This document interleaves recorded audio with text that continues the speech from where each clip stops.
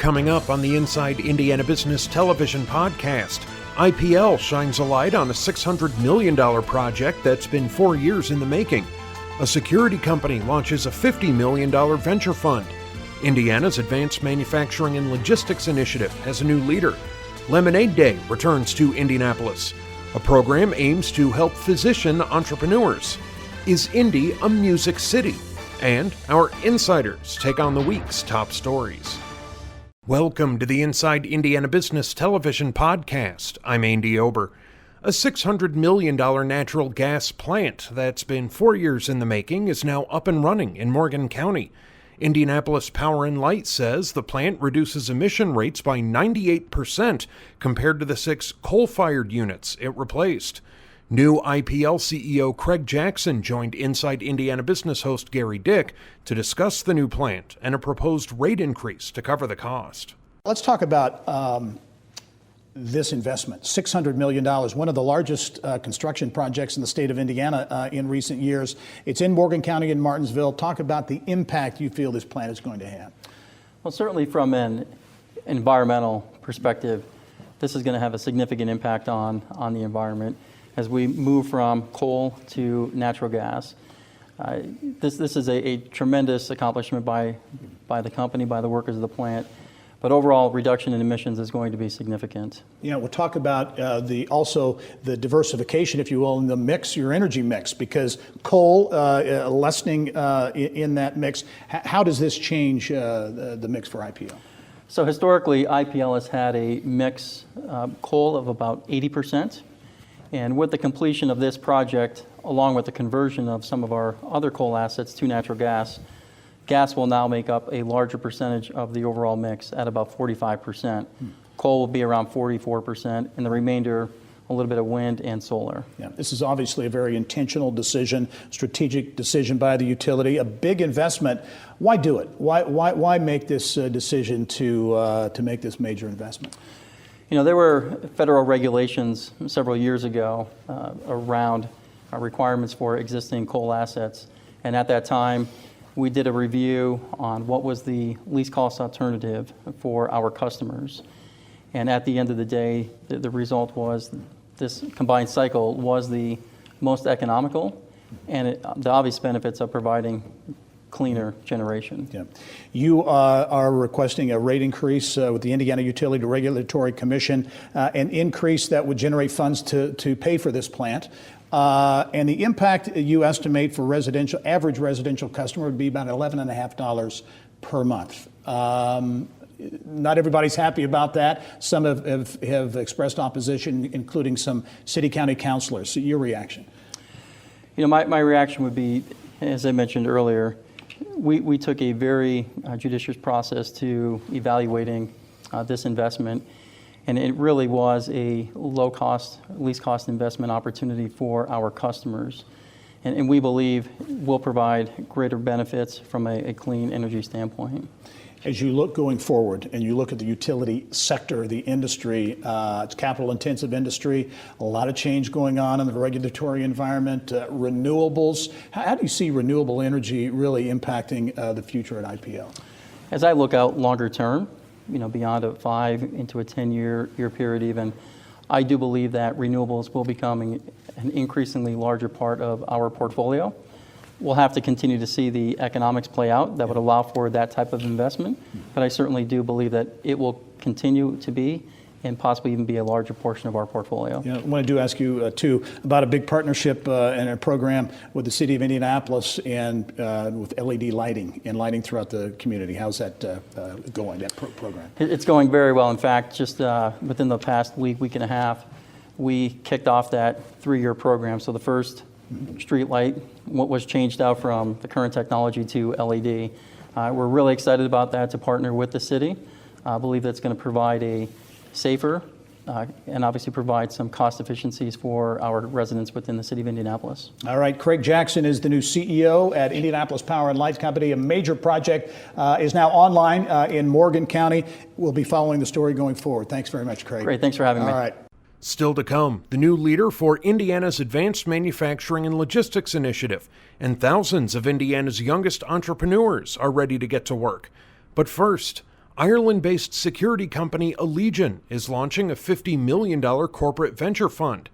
The company, whose North American headquarters are in Carmel, says Allegion Ventures will support early-stage companies working on innovative security technology. President Rob Martins came in studio with more. Let's talk about, first of all, for folks who don't know about Allegion, the company has a substantial presence here, a spin out really from a familiar name, Ingersoll Rand. Yeah, absolutely. So in 2013, Allegion was formed, as you said, spinning out from Ingersoll Rand, and our America's headquarters is actually in Carmel. Yeah. We're a $2.5 billion security and safety company. We have about 10,000 employees globally serving customers in over 30 countries. Yeah, and a major presence, as you say, right here in central Indiana. Let's talk about this corporate venture fund, a $50 million fund. That is a significant commitment and has the potential to be very positive. I mean, you could be looking for investment all over the world, really, but could be very advantageous for Indiana. No, absolutely, and we think Indiana, especially the central Indiana area, is really a hotbed for technology right now. You know, thanks to organizations like TechPoint, Mike Langolier, especially what we've seen from the High Alpha team, Eric Tobias, Mike Fitzgerald, Christian Anderson, and Scott. Incredible energy and a lot of things going on, and you take that and add along the IoT lab that Mayor Fadness and John Wexler have gotten out there, and it's just a crucible for great things to happen. All right, let's talk about the fund and the kinds of investment you're going to be looking for. Sure. So it's a very targeted fund. This is actually the brainchild of our CEO and chairman, Dave Petraeus. Historically, corporate venture funds have been a little heavy, maybe a little bureaucratic, onerous for an entrepreneur or small business. Our idea was to be lightweight, and regardless of what stage you might be in terms of talking with us, really want to add value to you, whether it's sharing a special skill that we have in manufacturing, making connections for you, or the like. Fundamentally, our focus is on people and asset flow, and identifying emerging technologies that can help us tell a better narrative around security and safety. And you really want, as we were talking off camera, you really want this to be a different kind of fund, right?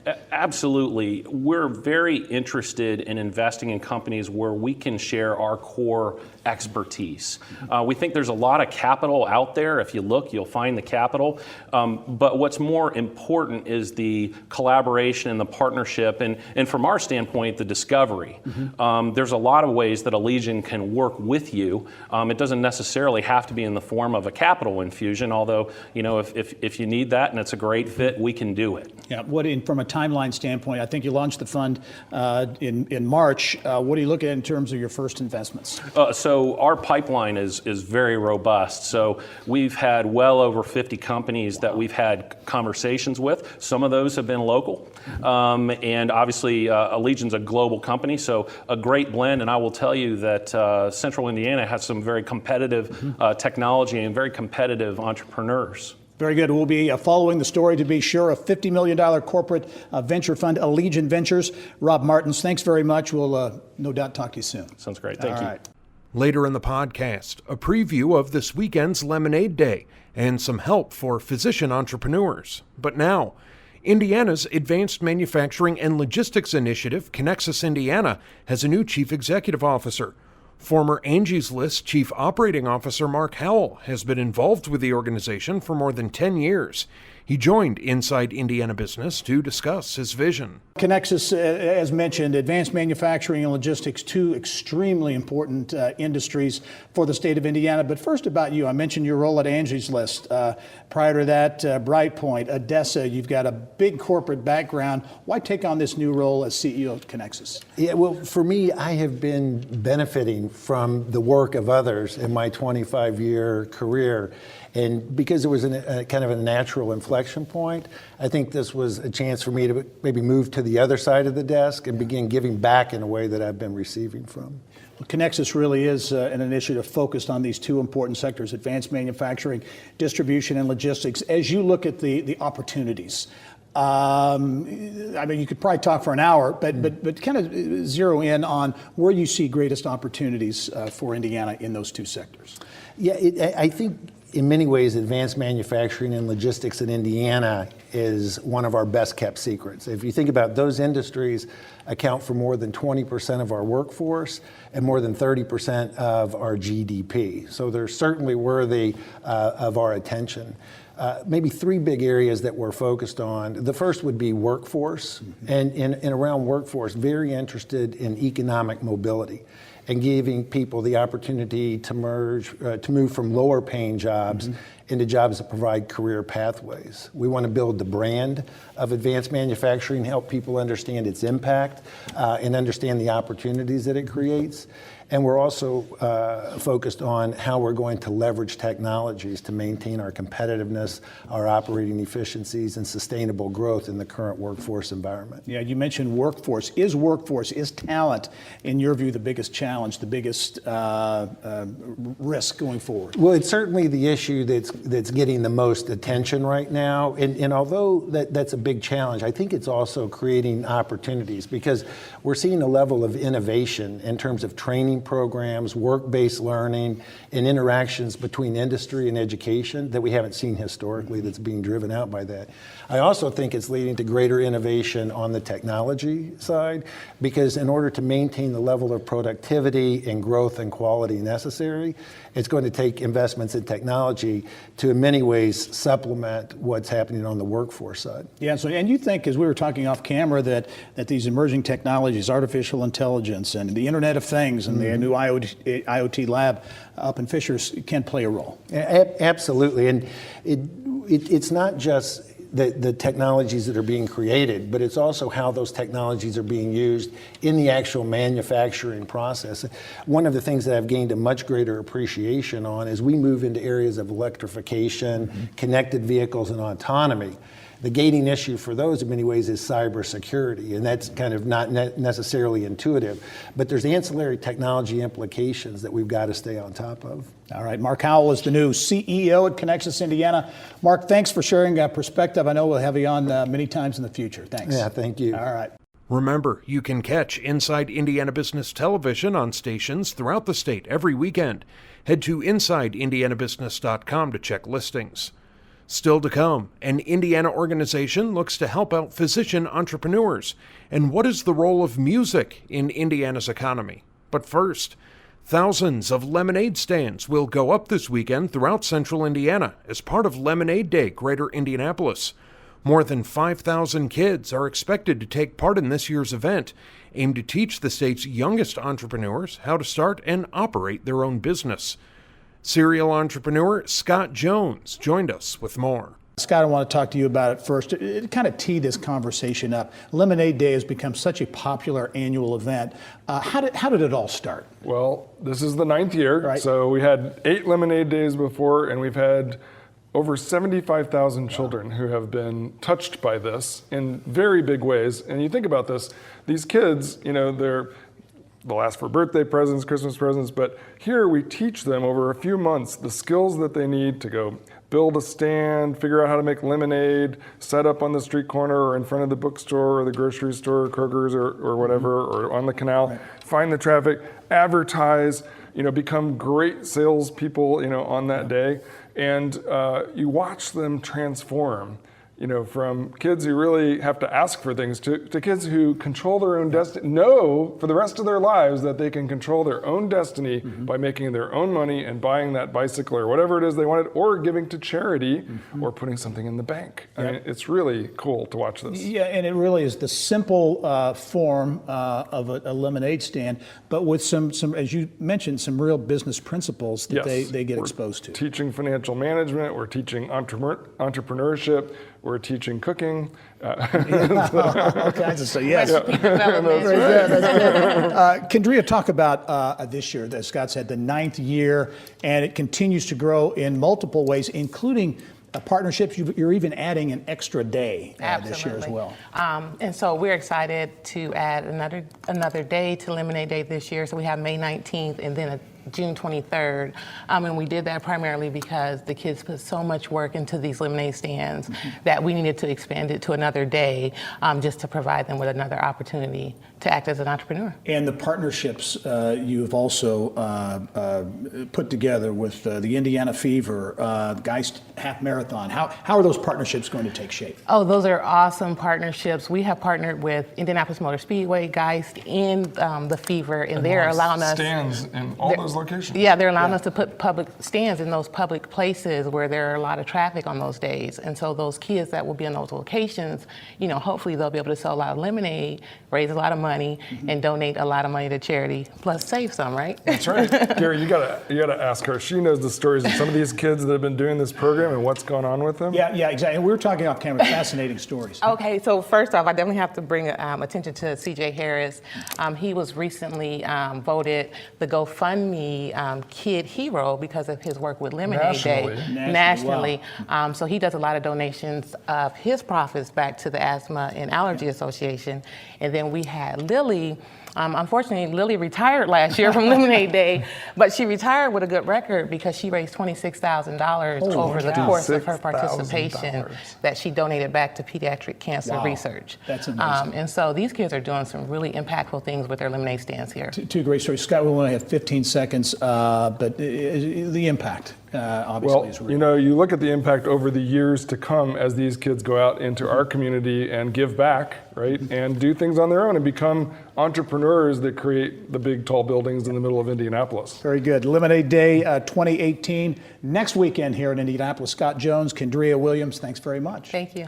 Later in the podcast, is Indianapolis a music city? And our panel of insiders takes on the week's top stories. But now, the founders of a new Indiana organization say healthcare is a hotbed of potential entrepreneurs, but many medical professionals lack the business expertise to move their ideas to the marketplace.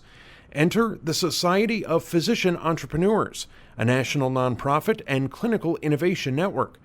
SOPI Indiana co-founders Todd Saxton and Paul Zotek join Kylie Valletta with more in the business of health. So let's start with you, Paul, because you have an interesting story. In addition to your day job as a surgeon, you also tried to start your own venture. Sure. It began in 2014 with the advent of Google Glass. I was one of the early explorers and saw a potential need for training other physicians with that, and tried to start my business with a partner, and had really no team, had no strategy. We just put some startup seed money in, and it failed miserably. So at that point, I realized that I needed to do something else to not only supply my own entrepreneurial spirit, but and educate myself, but also to help all the other physicians out there. I think we have an excellent idea and hands-on of what patients need us to take from the bench to the bedside, but we don't have the vehicle to get it there. And so as I took on the physician MBA at the Kelley School of Business, I met Todd, and we began to work towards a group such as SOAP that can provide the infrastructure and the ecosystem to get physicians that learning experience to provide that bench to bedside conversion. And you mentioned the physician MBA program, which you teach for. So tell us, as you teach these doctors, what do you observe? One of the more interesting things, which I'm not sure we as patients are aware of, is that I think physicians are every bit as frustrated with the healthcare system as we are, and are really looking to change it. You had focused a bit on starting a new business, but I kind of see a couple different categories of folks in our program, and I've gotten a much deeper sense of what their journey looks like as clinicians trying to innovate. And some of them, like Paul, are trying to start a new business or spin something out of their existing practice or network, but many of them are just looking to try and be change agents within their own organization. And many of the same skills and tools are needed to be able to push through innovation internally, as well as launch a new venture and raise interest, advocacy, get feedback, and then fund it. So I think there's kind of a common interest and passion for changing healthcare for the better, whether that manifests in a new venture, a new product idea, or an innovation within an existing system. And hopefully we're providing some of the tools to allow them to do that within Kelley. I think there's an opportunity through SOAP to have a much broader impact on the healthcare community in Indiana. There are a lot of physicians out there that maybe for whatever reason aren't able to take the time and energy to get the whole MBA, but at least SOAP can help them build that toolkit. Well, let's talk about some of those tools, the function of SOAP. What are you going to do to help doctors overcome some of these hurdles to launching their own company or innovating? Sure. Well, I'll start. As you heard from Paul's story, initially, entrepreneurs, and this is true in healthcare, outside of healthcare, engineers, whatever, tend to focus on the problem or the product, I should say, or the technology that they are developing, and don't really understand necessarily the full context of the customer experience, but also aren't connected to the funding sources and other pieces that can help them be successful. So I tend to think of it in terms of kind of degree of separation. Everybody with an idea is 3 or 4 at least degrees of separation from the people they need to connect to be successful.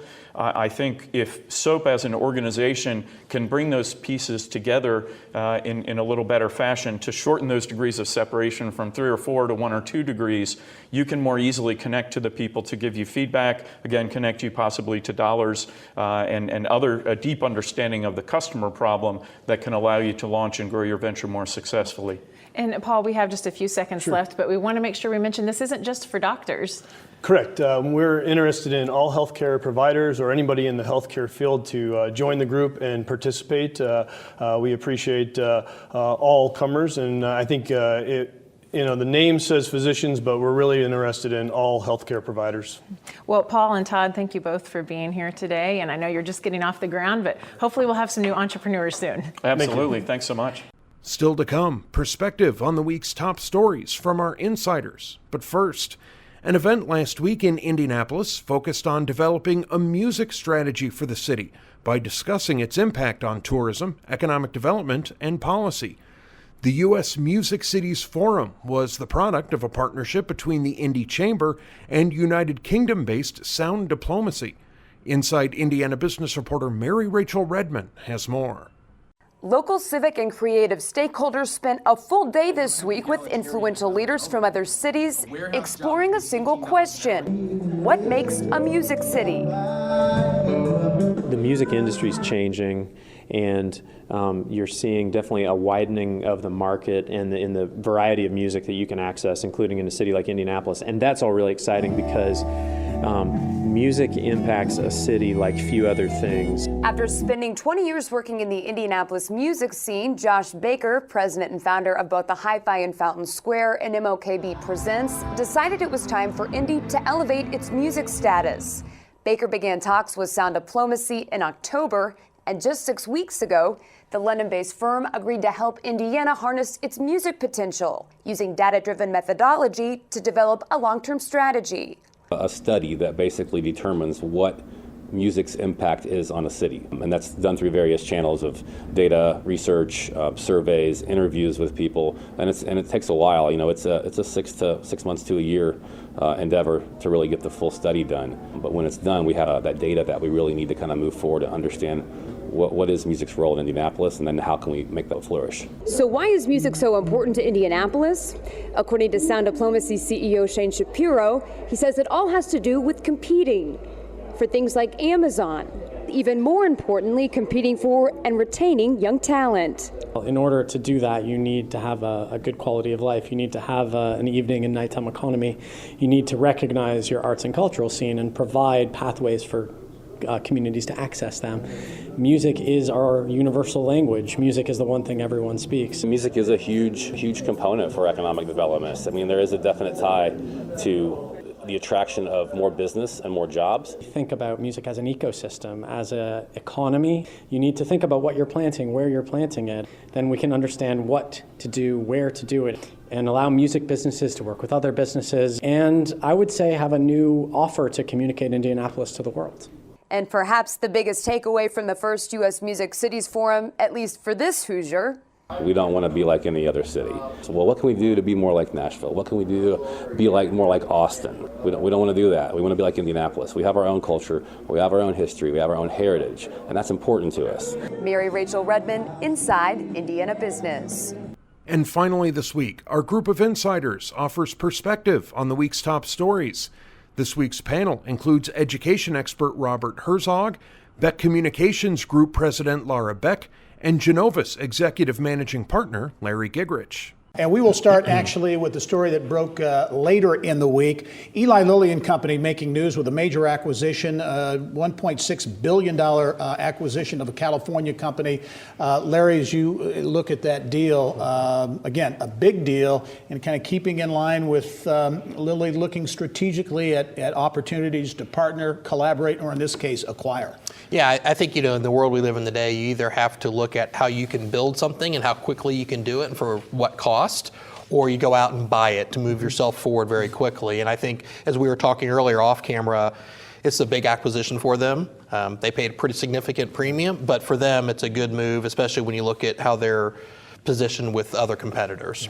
Yeah, I think they're behind a little bit in the immunotherapy, and this is a recognition that they got to catch up to speed. So what I know of them, and just reading literally since it was announced, they've got a good management team. I think the product line is really superior there. So hopefully in the long term it pays off. But the street seemed to have pretty positive before we went on. Lilly stock was still up, I think, nearly 2%. So looks to be the right move. They're catching up fast. And certainly key will be these product launches. Dave Ricks told me a couple of weeks ago they've had 9 launches since late 2014, 6 more in the pipeline. So we'll see how that rolls.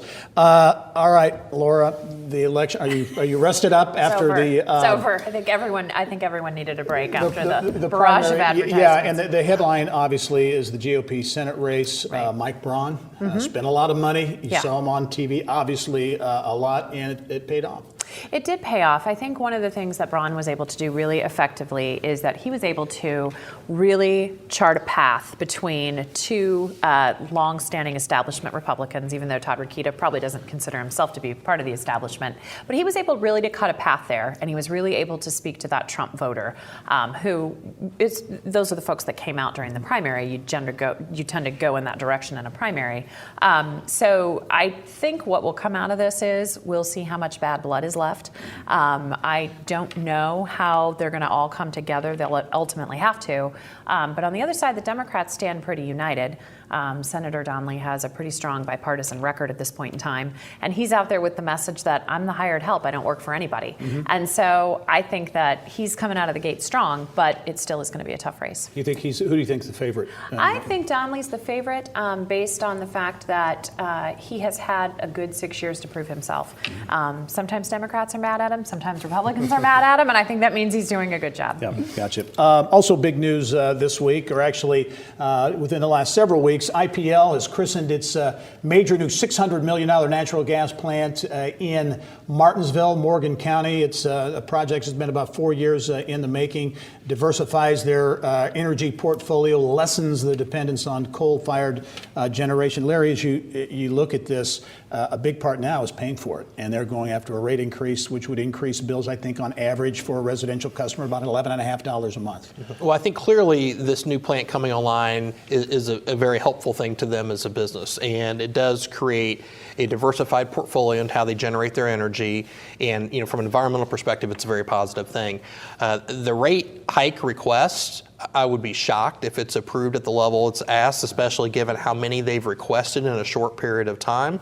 But yes, clearly they have to have a way to pay for this and some other projects that they also have coming in the pipeline that they need to address. Yeah, I want to get to a couple of developments in downtowns, because if you look around, Robert, around Indiana, downtowns are really beginning to come back in a number of areas.